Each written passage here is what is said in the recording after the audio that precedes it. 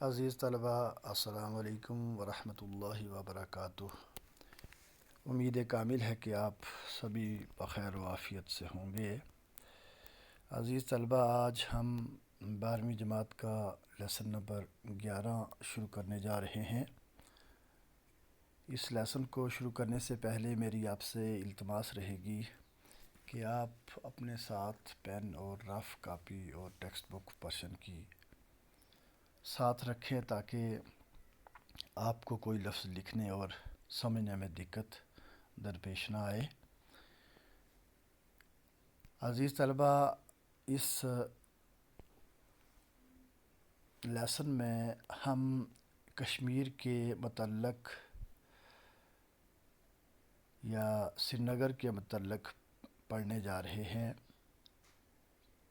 وہاں کی مختلف خوبصورت جگہوں کا تذکرہ کیا گیا ہے اس درس کے اندر۔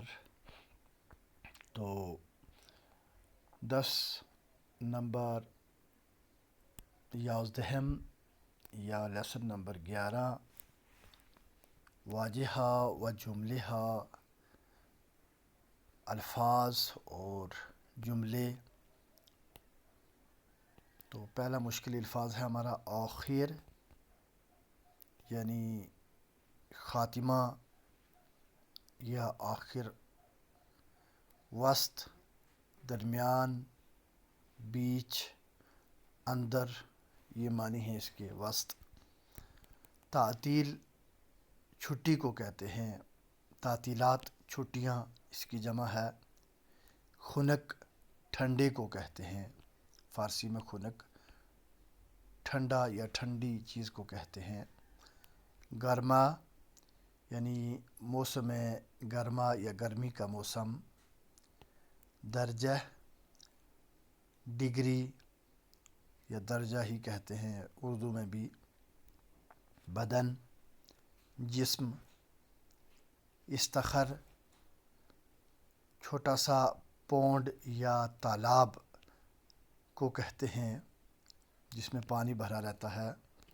دریا سمندر کو کہتے ہیں، اور دریا کو فارسی میں رود کہتے ہیں، یہ یاد رکھنا ہے۔ اور دریا کے معنی فارسی میں سمندر کے ہیں اور دریا کو فارسی میں رود کہتے ہیں۔ اتوبوس بس کو یا گاڑی کو کہتے ہیں۔ کنار ایک طرف یا ایک کنارے یا سائڈ پر۔ شنا کردن تیرنا۔ سینٹی گریڈ، یہ انگلش کے ورڈ سینٹی گریڈ کو فارسی میں، چونکہ فارسی میں ڈال نہیں ہے تو ڈال کی آواز دال میں نکالی جاتی ہے، یہ یاد رکھیں۔ تو اس لیے سینٹی گریڈ کی جگہ سینٹی گراد پڑھا جاتا ہے اور لکھا جاتا ہے۔